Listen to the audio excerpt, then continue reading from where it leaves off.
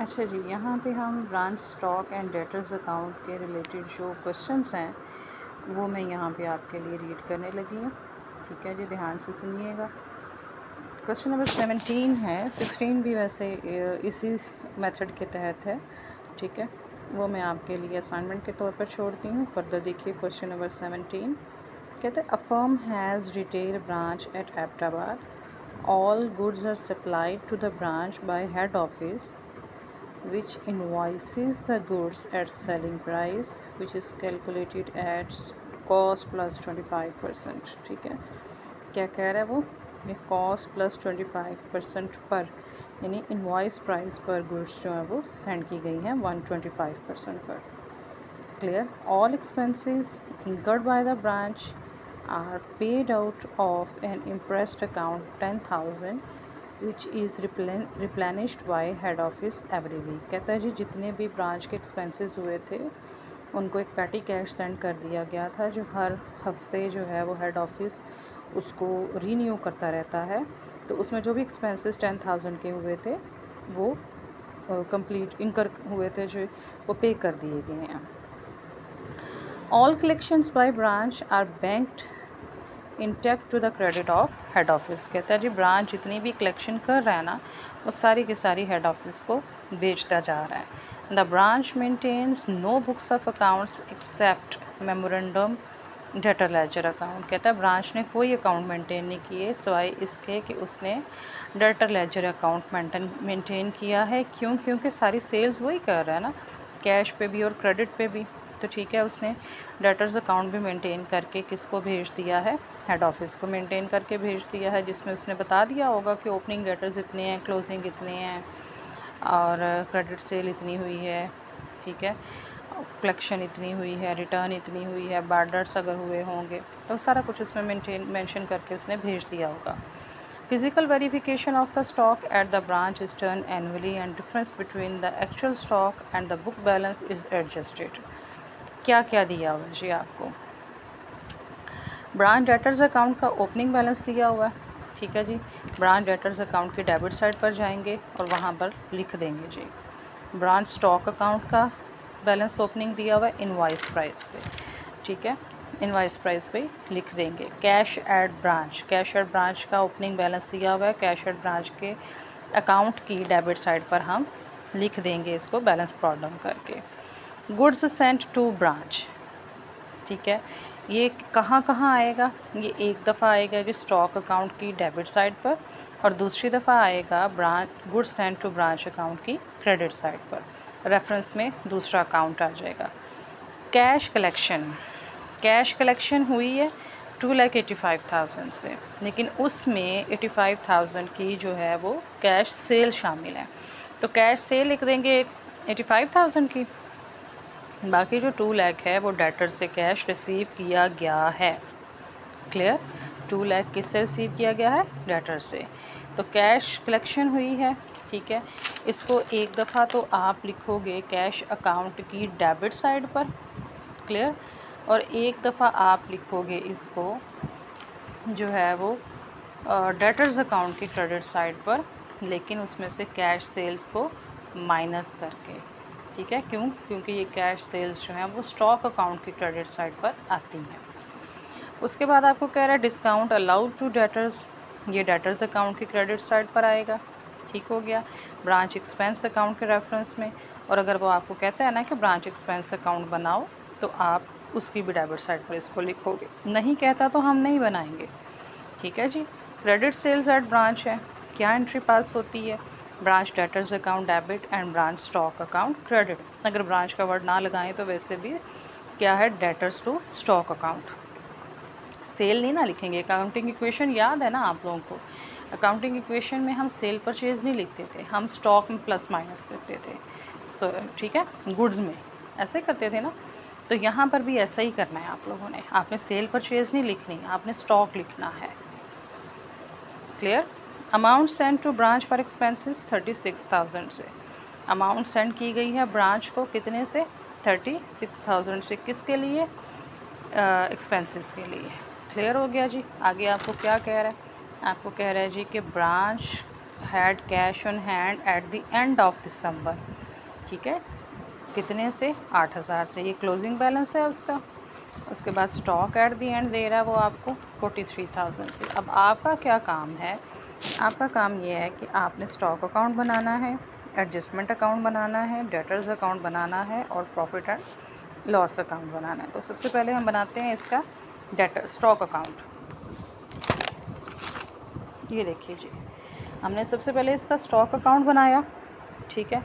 Opening stock लिखा, book में दिया हुआ है, हमने अपने पास से नहीं लिखा, 80,000 से दे रहा है ओपनिंग स्टॉक। यहाँ ओपनिंग स्टॉक लिख दिया डेबिट साइड पे। डेबिट साइड पे हमने इसकी गुड्स सेंट टू ब्रांच लिख दी, ठीक है। क्रेडिट साइड पे हमने, ठीक है, रिटर्न करा नहीं हुई है, कैश सेल्स थी 85,000 से। अब ये क्रेडिट सेल्स क्या उसने क्वेश्चन में हमें दी है, देखें भला। हाँ जी, दी हुई है, 2,40,000 से उसने हमें यहाँ क्या दिया हुआ है, कैश सेल्स दी हुई है, क्लियर, वो हम यहाँ लिख देंगे। फिर उसने हमें क्लोजिंग बैलेंस दिया, वो हमने यहाँ लिख दिया, ठीक है।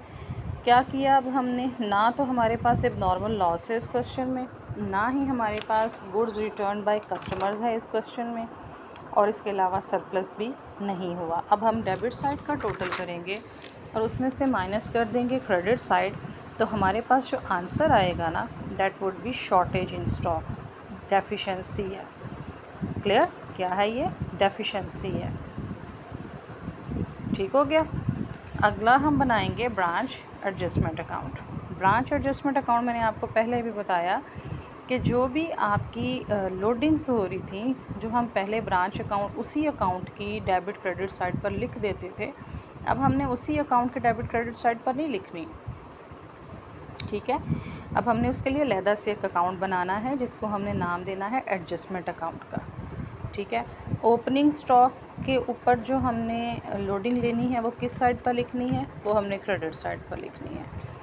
गुड्स सेंट टू ब्रांच के ऊपर जो हमने लोडिंग लेनी है किस साइड पर लिखनी है, क्रेडिट साइड पर लिखनी है, ठीक है। अगर कोई रिटर्न है तो वो माइनस करके फिर लोडिंग लेनी है। क्लोजिंग स्टॉक के ऊपर हमने जो एडजस्टमेंट लेनी है, यानी जो हमने रिज़र्व निकालना है, लोडिंग निकालनी है, वो निकाल के हमने किस साइड पर लिखना है, डेबिट साइड पर लिखना है। शॉर्टेज के ऊपर भी हम एडजस्टमेंट करेंगे, शॉर्टेज के ऊपर भी हम रिज़र्व निकालेंगे और निकाल के किस साइड पर लिखेंगे, डेबिट साइड पर। अब आपका क्वेश्चन ये होना चाहिए कि ये 0.2 कहाँ से आया है। ये 0.2 नहीं है जी, ये जो आपको क्वेश्चन में नज़र आ रहा है ना, वो 25% उसने जो हमें बताया है कि जी कॉस्ट प्लस लोडिंग है, तो वो 25 डिवाइडेड बाय 125% जो है ये वो है। तो जब हम 25 को 125 पर डिवाइड करते हैं तो 5 आता है ना, ठीक है, ये इक्वल हो जाता है 1/5 के, ठीक है। तो 1/5 को जब हम इसको हम डिवाइड करेंगे ना, फ्रैक्शन को जब तोड़ेंगे तो 0.2 आता है, क्लियर। तो आपको जो भी इसमें से आसान लग रही है ना बात, आप वो कर सकते हो। यानी अगर आपको ये आसान लग रहा है कि 12,000 को हम 25 डिवाइडेड बाय 125 के साथ मल्टीप्लाई करें तो आपका आंसर यही आएगा, क्लियर। अब इसकी क्रेडिट साइड का टोटल करेंगे, उसमें से डेबिट साइड माइनस करेंगे तो हमारे पास क्या आएगा, ग्रॉस प्रॉफिट आ जाएगा जी। बात समझ में आ गई है जी। दो अकाउंट्स हमारे पास बन गए हैं, एक स्टॉक अकाउंट है और दूसरा कौन सा है, एडजस्टमेंट अकाउंट है। तीसरा उसने हमसे यहाँ पे मांगा हुआ है डेटर्स अकाउंट, क्लियर। तीसरा उसने हमसे यहाँ पे क्या मांगा हुआ है, डेटर्स अकाउंट। डेटर्स अकाउंट का ओपनिंग बैलेंस दिया हुआ है उसने, ठीक है, क्वेश्चन में, वो हमने लिख दिया। क्रेडिट सेल्स दी हुई हैं, हम यहाँ पे इसको क्रेडिट सेल्स के नाम से नहीं लिखेंगे, हम यहाँ पर रेफरेंस देंगे ब्रांच स्टॉक अकाउंट का, ठीक है जी। यहाँ पे हम ब्रांच स्टॉक अकाउंट लिखेंगे, नीचे ब्रैकेट में, ये तो ऊपर चला गया ना, नीचे ब्रैकेट में हम क्रेडिट सेल्स लिख देंगे, दी हुई है क्वेश्चन में 2,40,000 से। फिर वो आपको डिस्काउंट अलाउड भी दे रहा है इस क्वेश्चन में 10,000 से, यहाँ देखिए ये लिखा हुआ है डिस्काउंट अलाउड टू डेटर्स 10,000 से, क्लियर। क्रेडिट सेल्स भी उसने आपको दी हुई है कितने से, 2,40,000 से, जो हम डेबिट साइड पर लिखेंगे वो लिख दी है जी, ठीक है। इसके अलावा कैश जो डेटर से रिसीव किया हुआ है, ये देखिए ना, उसने आपको क्वेश्चन में कहा है कि कैश कलेक्शन हुई है 2,85,000 से, ठीक है, लेकिन उसमें 85,000 की क्या मौजूद हैं, कैश सेल्स, जो कि हम स्टॉक अकाउंट की क्रेडिट साइड पर लिख चुके हैं, ठीक है। तो फिर बाकी कितना बचा, 2 लाख, वो हम यहाँ लिख देंगे डेटर्स अकाउंट की क्रेडिट साइड पर। क्लियर हो गया जी। डेबिट साइड का टोटल करेंगे, उसमें से माइनस करेंगे क्रेडिट साइड, तो हमारे पास आ जाएगा इसका क्लोजिंग बैलेंस। लास्ट उसने रिक्वायरमेंट की है जी प्रॉफिट एंड लॉस अकाउंट की। ग्रॉस प्रॉफिट जो हमारे पास एडजस्टमेंट अकाउंट में आया था ना, वो हम यहाँ लिख देंगे इसकी क्रेडिट साइड पर, ठीक है। इसके अलावा जो एक्सपेंसेस हैं जितने भी हुए 48,000 से, वो लिख देंगे यहाँ पर। और जो शॉर्टेज, स्टॉक की शॉर्टेज हुई थी ना, उसका जो रिमेनिंग बैलेंस है ना, वो हम यहाँ लिख देंगे, यानी जिसको हम कॉस्ट प्राइस कहते हैं ना, वो लिखेंगे यहाँ पर, ठीक है। जो कॉस्ट प्राइस है वो हम यहाँ लिख देंगे 9600 से। अगर आप इस तरीके से इसको नहीं लेके चलना चाहते, यानी आपको नहीं समझ में आ रही कि यहाँ कितनी अमाउंट लिखें, तो आपके पास क्या दूसरा तरीका है, टोटल आपके पास शॉर्टेज कितनी थी 12,000 से, उसके ऊपर लोडिंग हमारे पास आई थी 2400 से, ठीक है। तो आप सिंपली उस लोडिंग को यहाँ से माइनस कर दीजिएगा 2400 से, आपके पास जो बाकी अमाउंट आएगी वो 9600 आएगी। ज़्यादा कैलकुलेशन करने की ज़रूरत नहीं है, ये 9600 आ जाएगी। ये अगर आपको चीज़ परेशान करेगी, क्यों, वो था ना 0.2 लोडिंग निकाली थी, तो 100 में से या 10 में से या जो भी उसने परसेंटेज निकाली है, उसमें बाकी जो है ना वो 0.8 रह जाता है। जैसे ये देखें 20% क्या थी, लोडिंग थी। टोटल कॉस्ट को अगर हम अज्यूम कर लें 100% है, तो उसमें से 20% माइनस कर दें, बाकी कितना आता है 80%, यानी 0.8। ठीक हो गया जी। ये था इसका क्वेश्चन नंबर 17। क्लियर है? आई होप आपको ये चीज़ क्लियर हो गई होगी। आगे चलें जी। आगे हमारे पास है क्वेश्चन नंबर 18। क्वेश्चन नंबर 18 में वो आपसे ये कहता है कि X limited has a retail branch at Gujranwala, goods are sent by head office to branch at market marked at selling price which cost plus 25%। तो आपने जब भी लोडिंग निकालनी है किस प्राइस पे निकालोगे, 25 डिवाइडेड बाय 125% पे। All expenses of the branch are paid by head office. सारे के सारे एक्सपेंसेस जो हैं वो कौन पे कर रहा है, हेड ऑफिस पे कर रहा है। All cash collected by the branch from customer and cash sales is deposited to the credit of head office. कहाँ जा रहा है, हेड ऑफिस में जा रहा है। आपसे वो कह रहा है जी कि आपने जितने भी नीचे पर्टिकुलर्स दिए हुए हैं उनकी मदद से एक तो स्टॉक अकाउंट बनाना है, एक डेटर्स अकाउंट बनाना है, एक एक्सपेंस अकाउंट बनाना है और एक एडजस्टमेंट अकाउंट बनाना है। ठीक है, बिल्कुल वैसे ही जैसे हमने पिछले क्वेश्चन में किया है।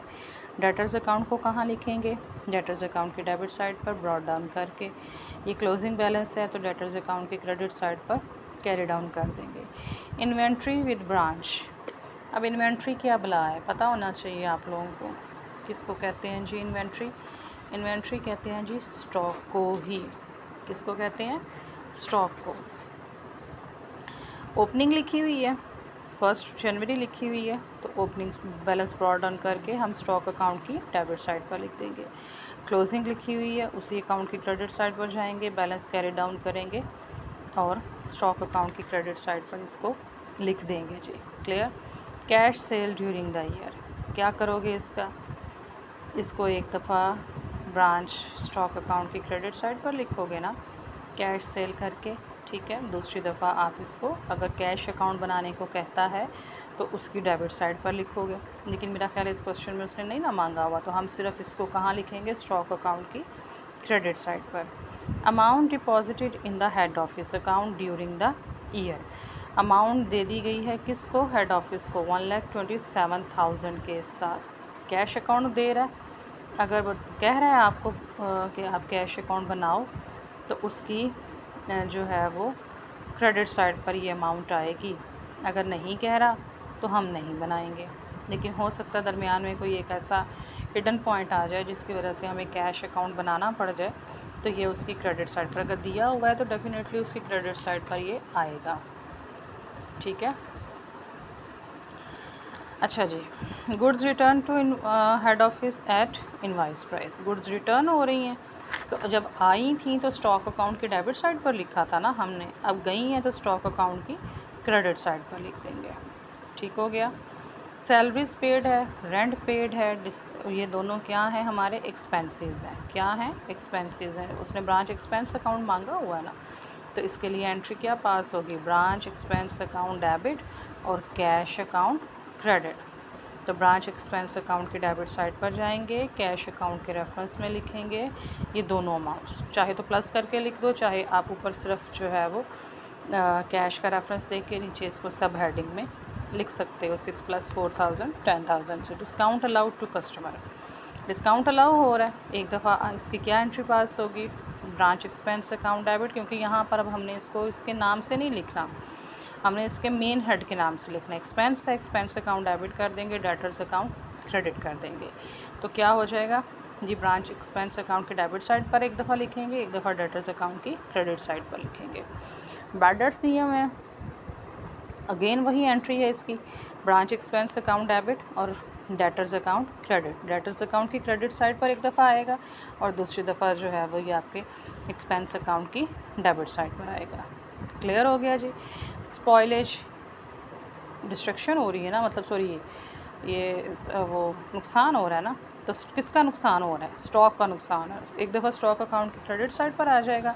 इसके ऊपर भी आपने जो है वो लोडिंग फाइंड आउट करनी है। स्पॉइलेज हो रही है, मैंने आपको पहले भी बताया कि इसके ऊपर भी हम एडजस्टमेंट लेते हैं। ठीक हो गया जी? उसी वही 25 / 125 पे सारी वर्किंग आप लोगों ने इसकी करनी है। ठीक है? वर्किंग, हर एक वर्किंग का नोट दे के वो पार्ट ऑफ क्वेश्चन होता है, उसको आप लोगों ने जो है वो नहीं छोड़ना। ठीक है? वो अपने क्वेश्चन, हर क्वेश्चन के साथ लाजमी इसकी वर्किंग जो है वो आपने करनी है। ठीक है जी?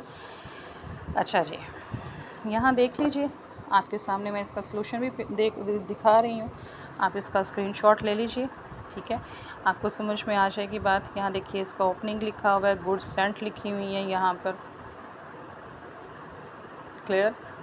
रिटर्न की हुई है 5,000 से, हेड ऑफिस को कैश से लिख दी हुई है। उसके बाद जो है वो नॉर्मल लॉस लिख दिया हुआ है, क्लोजिंग स्टॉक भी लिख दिया हुआ है। अब इस क्वेश्चन में ना उसने आपको क्रेडिट सेल्स नहीं दी हुई है, तो वो हमारे पास कहाँ से आई है? वो हमारे पास जो हम डेटर्स अकाउंट बनाएंगे ना, ठीक है, यहाँ देखिए जो हम डेटर्स अकाउंट बनाएंगे ना, क्योंकि हमें ओपनिंग भी बैलेंस दिया हुआ है, इसका क्लोजिंग भी दिया हुआ है, इसका डिस्काउंट अलाउड भी दिया हुआ है, इसका बैड डेट्स भी दिया हुआ है। ठीक है? और जो कैश हमने बैंक डेटर्स से कलेक्ट किया ना वो भी दिया हुआ है। टोटल जो कैश कलेक्ट हुआ है ना यहाँ पे वो हुआ था 1,27,000 से। इसमें जो थी वो 60,000 की कैश सेल थी। इसका मतलब कैश सेल निकाल दें तो जो बाकी अमाउंट होगी वो किसकी होगी? वो डेटर से अकाउंट जो हम लोगों ने कैश रिसीव किया है ना उसकी होगी। तो जब क्रेडिट साइड का टोटल करेंगे उसमें से माइनस करेंगे डेबिट साइड, तो हमारे पास जो बाकी अमाउंट आएगी वो होगी क्रेडिट सेल की, जिसको हम जो हमारी है बैलेंसिंग फिगर वो हम उठा के लिख देंगे यहाँ पर स्टॉक अकाउंट की क्रेडिट साइड पे। अब आप इसकी क्रेडिट साइड का टोटल करोगे, उसमें से माइनस करोगे इसकी डेबिट साइड, तो हमारे पास जो है वो आ जाएंगी गुड्स सेंट टू ब्रांच। अगर उसके बाद एडजस्टमेंट अकाउंट बनाओगे, ठीक है जी, ओपनिंग स्टॉक का रिज़र्व लिखोगे क्रेडिट साइड पे, क्लोजिंग स्टॉक का रिज़र्व लिखोगे डेबिट साइड पे। जो चीज़ें स्पॉइल हुई थी यानी जिनको शॉर्टेज हम कहते हैं उसका जो है वो आप लोडिंग लिखोगे डेबिट साइड पर, और जो चीज़ें सेंड हुई हैं उसकी आप उसमें से रिटर्न माइनस करके तो आप बाकी की अमाउंट जो है वो उसका रिज़र्व लिखोगे यहाँ पर। क्रेडिट साइड का टोटल करोगे, माइनस करोगे उसमें से डेबिट साइड, तो आपके पास जो अमाउंट आएगी वो होगी आपका ग्रॉस प्रॉफिट। 3 अकाउंट हो गए, stock account, adjustment account, debtors account. अब रह गया जी आपका एक्सपेंस अकाउंट। एक्सपेंस अकाउंट में कौन कौन से अकाउंट्स थे? सैलरीज दी हुई हैं, रेंट दिया हुआ है, डिस्काउंट अलाउड दिया हुआ है, बैड डेट्स दिए हुए हैं। ये सारे जो हैं वो हम इनके रेफरेंसेस के हिसाब से लिखेंगे। ठीक है? जैसे इन दोनों का रेफरेंस बन रहा है ब्रांच कैश अकाउंट, वो लिखेंगे यहाँ पर, इन दोनों के नाम से नहीं लिखेंगे। इन दोनों का जो रेफरेंस बन रहा है वो है ब्रांच डेटर्स अकाउंट। ठीक है जी? यहाँ पर वो रेफरेंस लिखेंगे, ये रेफरेंस हम यहाँ पर यूटिलाइज़ नहीं करेंगे। जैसे यहाँ पे है ना, तो इन दोनों के साथ भी हम जो है वो रेफरेंस क्या लिखेंगे? Branch expense account. ठीक हो गया जी। इसका टोटल करेंगे, ठीक है, और जो हमारे पास आंसर आएगा वो हम ट्रांसफ़र करेंगे branch profit and loss account को। क्लियर हो गया। वो किसको हम ट्रांसफ़र करेंगे, branch profit and loss account. Expense account का आंसर किसको जाता है, branch profit and loss account को। ठीक हो गया। अब हम बनाएंगे branch profit and loss account. ठीक है, यहाँ पर जो है वो हम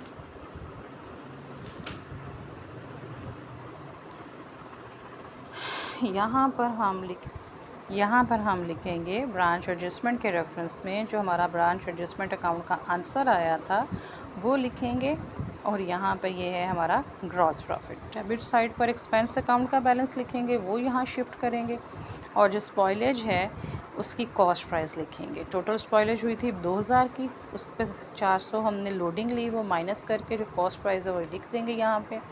क्रेडिट साइड में से डेबिट साइड माइनस करेंगे, जो आंसर हमारे पास आएगा that would be general profit and loss account को वो हम ट्रांसफ़र कर देंगे। ठीक है, जो आंसर आएगा वो हमने किसको ट्रांसफ़र करना है जी, general profit and loss account को। सेम इसी तरीके से आपका क्वेश्चन नंबर 20 है। ठीक है, तो क्वेश्चन नंबर 16 और 20 आप लोग एज असाइनमेंट अपने करके तो जो है वो मुझे भेजोगे जी। ठीक है, ये ठीक है जी। ओके जी, अल्लाह हाफिज़।